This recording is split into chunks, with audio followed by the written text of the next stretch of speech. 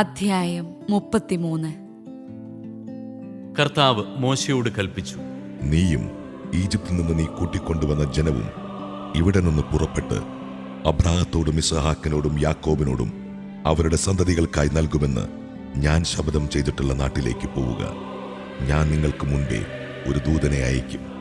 കാനാൻകാരെയും അമോര്യരെയും ഹിത്യരെയും പെരീസ്യരെയും ഹിവ്യരെയും ജബൂസ്യരെയും ഞാൻ ഓടിച്ചു കളയും. തേനും പാലുമൊഴുകുന്ന നാട്ടിലേക്ക് പോകുവിൻ. ഞാൻ നിങ്ങളുടെ കൂടെ വരുന്നില്ല. വന്നാൽ നിങ്ങളുടെ ദുശ്ശാഠ്യം നിമിത്തം വഴിയിൽ വെച്ച് നിങ്ങളെ നശിപ്പിച്ചു കളയും. അശുഭമായ ഈ വാർത്ത കേട്ട് അവർ വിലപിച്ചു. ആരും ആഭരണങ്ങൾ അണിഞ്ഞില്ല.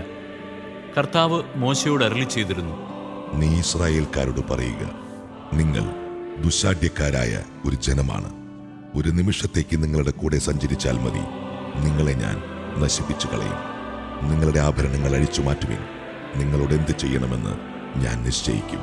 ഹോറേബ് മലയുടെ സമീപത്ത് വെച്ച് ഇസ്രായേൽ ജനം ആഭരണങ്ങൾ അഴിച്ചുമാറ്റി.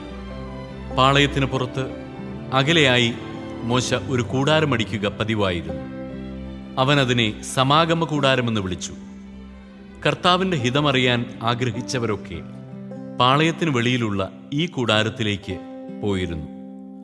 മോശ ഈ കൂടാരത്തിലേക്ക് പോകുന്ന അവസരങ്ങളിലൊക്കെ ജനം എഴുന്നേറ്റ് ഓരോരുത്തനും സ്വന്തം കൂടാരത്തിൻ്റെ വാതിൽക്കൽ നിന്നുകൊണ്ട് മോശ കൂടാരത്തിനുള്ളിൽ കടക്കുന്നതുവരെ അവനെ വീക്ഷിച്ചിരുന്നു. മോശ കൂടാരത്തിൽ പ്രവേശിക്കുമ്പോൾ മേഘസ്തംഭം ഇറങ്ങിവന്ന് കൂടാരവാതിൽക്കൽ നിൽക്കും. അപ്പോൾ കർത്താവ് മോശയോട് സംസാരിക്കും. മേഘസ്തംഭം കൂടാരവാതിൽക്കൽ നിൽക്കുന്നത് കാണുമ്പോൾ ജനമെഴുന്നേറ്റ് ഓരോരുത്തനും സ്വന്തം കൂടാരത്തിൻ്റെ വാതിൽക്കൽ കുമ്പിട്ട് ആരാധിച്ചിരുന്നു. സ്നേഹിതനോടെന്ന പോലെ കർത്താവ് മോശയോട് മുഖാഭിമുഖം സംസാരിച്ചിരുന്നു. അതിനുശേഷം മോശ പാളയത്തിലേക്ക് മടങ്ങിപ്പോകും. എന്നാൽ അവൻ്റെ സേവകനും നൂനിൻ്റെ പുത്രനുമായ ജോഷുവ എന്ന യുവാവ് കൂടാരത്തെ വിട്ടുപോയിരുന്നില്ല. മോശ കർത്താവിനോട് പറഞ്ഞു, ഈ ജനത്തെ നയിക്കുകയെന്ന് അങ്ങ് എന്നോട് ആജ്ഞാപിക്കുന്നു.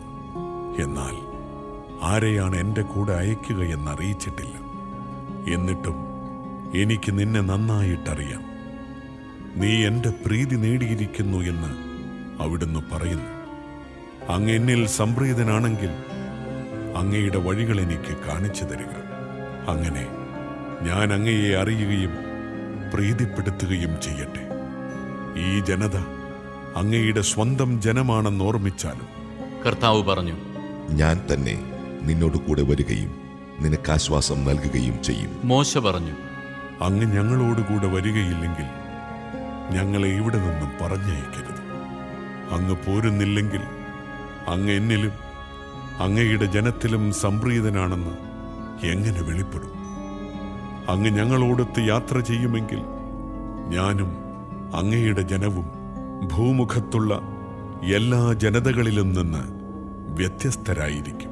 കർത്താവ് മോശയോട് പറഞ്ഞു, നീ ആവശ്യപ്പെട്ട ഈ കാര്യവും ഞാൻ ചെയ്യും. എന്തെന്നാൽ നീ എൻ്റെ പ്രീതി നേടിയിരിക്കുന്നു. നിന്നെ എനിക്ക് നന്നായി അറിയാം. മോശ പറഞ്ഞു, അങ്ങയുടെ മഹത്വം എനിക്ക് കാണിച്ചു തരണമെന്ന് ഞാൻ അപേക്ഷിക്കുന്നു. അവിടുന്ന് അരുളി ചെയ്തു, എൻ്റെ മഹത്വം നിന്റെ മുൻപിലൂടെ കടന്നു പോകും. കർത്താവ് എന്ന എൻ്റെ നാമം നിന്റെ മുൻപിൽ ഞാൻ പ്രഖ്യാപിക്കുകയും ചെയ്യും. എനിക്കിഷ്ടമുള്ളവനിൽ ഞാൻ പ്രസാദിക്കും. എനിക്കിഷ്ടമുള്ളവനോട് ഞാൻ കരുണ കാണിക്കും. അവിടുന്ന് തുടർന്നു, നീ എൻ്റെ മുഖം കണ്ടുകൂടാ. എന്തെന്നാൽ എന്നെ കാണുന്ന ഒരു മനുഷ്യനും ജീവനോടെ ഇരിക്കുകയില്ല. കർത്താവ് പറഞ്ഞു, ഇതാ എൻ്റെ അടുത്തുള്ള ഈ പാറമേൽ നീ നിൽക്കുക. എൻ്റെ മഹത്വം കടന്നു പോകുമ്പോൾ നിന്നെ ഈ പാറയുടെ ഒരിടുക്കിൽ ഞാൻ നിർത്തും. ഞാൻ കടന്നു പോകുമ്പോൾ എൻ്റെ കൈകൊണ്ട് നിന്നെ മറയ്ക്കും. അതിനുശേഷം ഞാൻ കൈമാറ്റും.